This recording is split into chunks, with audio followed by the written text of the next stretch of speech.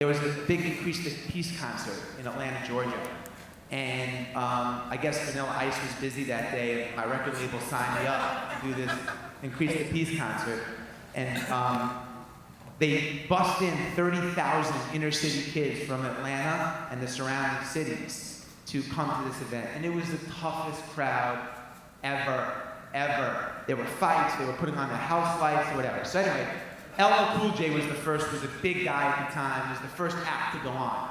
And they introduced LL Cool J, he's got all these hits, and he gets up on stage, and they boo him off of the stage. Boo LL Cool J off of the stage.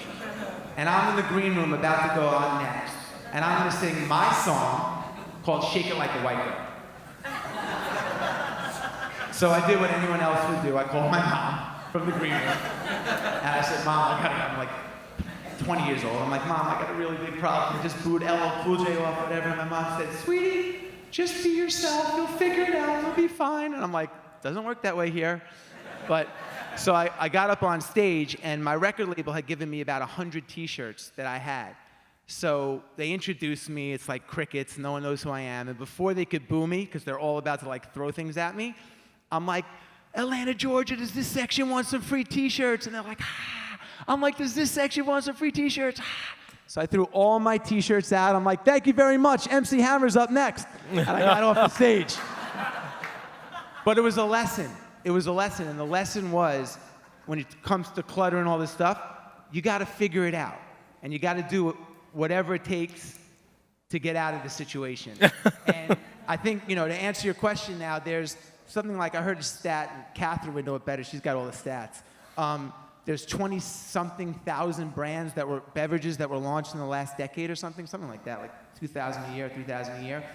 And I don't know about you guys, but I had water, orange juice, and like one other drink today. So of the 20,000 drinks, I'm gonna choose maybe 2 or 3. That's clutter. And how do you differentiate yourself, and how do you get out of that clutter is a really important thing, and it's not easy, and I don't think that there's a playbook to it. I think every situation is different, and you have to do whatever it takes, whether it's throwing out T-shirts or whatever, to break through that clutter. If you have a Twitter account, or you're on Facebook and you have followers, Instagram, all of a sudden you're an influencer, so it's a different world than it was 5 or 10 years ago. And so that plays into it in a big way, because now you can get messages across, and getting out of the clutter is all about getting people to talk about your brand, generating buzz, friend to friend, girlfriend to girlfriend, this and that. And I like to say, my wife started a company called Spanx. Women probably know Spanx. And she never advertised. And she had her success was because she had a great product, but she had a product that women wanted to share. Mm-hmm. And I think the key, which is very relevant to beverages, the key to this whole thing is getting people to talk about it. I think that one of the mistakes that a lot of brands make, advertising agencies make, is they speak to the what.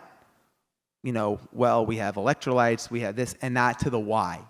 And the why is what builds an emotional attachment and gets repeat users and creates loyalty to the brand. For me, and I'm a real life example, I was a human guinea pig for coconut water. I ran 100 miles for charity nonstop, and I was powered by coconut water. I did a lot of research on hydration. This is before the category, it didn't even exist. And I believed in it. I was like, wow, this worked for me. I did this run, I didn't cramp, and to me, this was the fountain of youth. So it was very easy for me to articulate that, get people behind it, because it was so beyond authentic.